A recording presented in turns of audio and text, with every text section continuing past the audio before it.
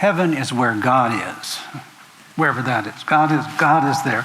When people, quote, go to heaven, we don't usually say that anymore, they're with God. That means being in heaven is being with God. Now, where is that? Is that somewhere in the physical cosmos? The general answer is no. It's somewhere, it's not anywhere in terms of space and time. It's beyond space and time. God is eternal, and the people who are with it, the humans who go with him, are eternal with him. How do you get there, so as to speak? You get there by following a life of love and gratitude and generosity and loyalty in this world. And your character, therefore, is opened up to God. And when you die, your character is what you've made of it during your life. And your character then takes you to God.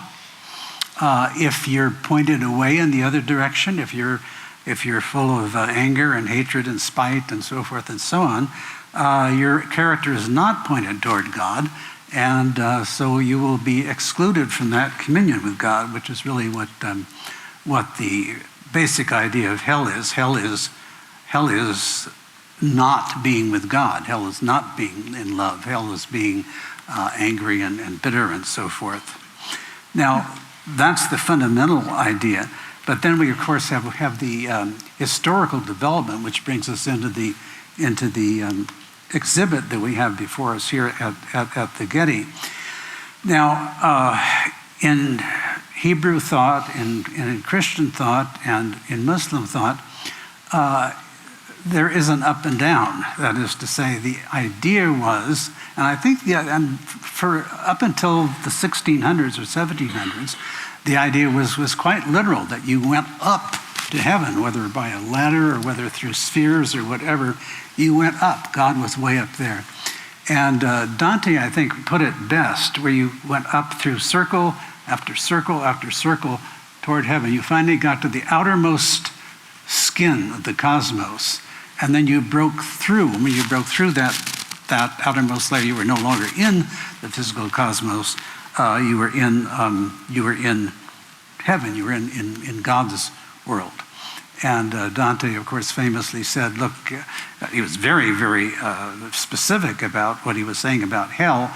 And as he gets higher in heaven, he gets less and less specific.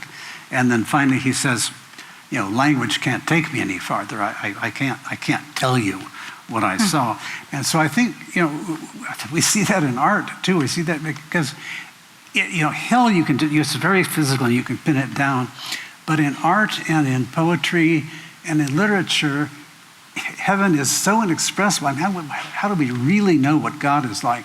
It's so beyond our knowledge and our experience that we have to use metaphor and use it very, very carefully. So what we see in medieval painting, what we see in medieval poetry and so forth, basically metaphors of heaven. So the metaphors of hell, but the metaphors of heaven are much more difficult to pin down. So that's why we have so many different pictures in poetry and in art.